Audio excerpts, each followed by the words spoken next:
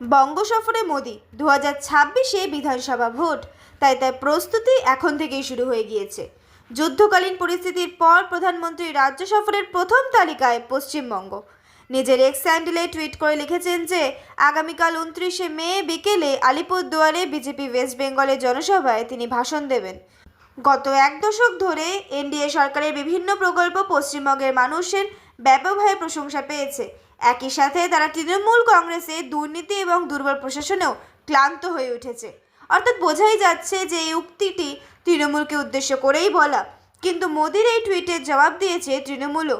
একটি পাখির ছবি দিয়ে তার মধ্যে লেখা, শ্রমিকরা যখন আবারও ঋতুকালীন সফরে আসছেন, একটা সাধারণ প্রশ্নের উত্তরও দিয়ে যান। বাংলার ন্যায্য প্রাপ্য 1.7 লক্ষ কোটি টাকা কেন আটকে রেখেছে কেন্দ্র? সেই সঙ্গে হ্যাশট্যাগ দিয়ে লেখা হয়, আয় হতো বাদাকে যাও। মোদী সফরের পর 31শে মে থেকে দুদিনের রাজ্য সফরে আসছেন কেন্দ্রীয় স্বরাষ্ট্রমন্ত্রী অমিত শাহ।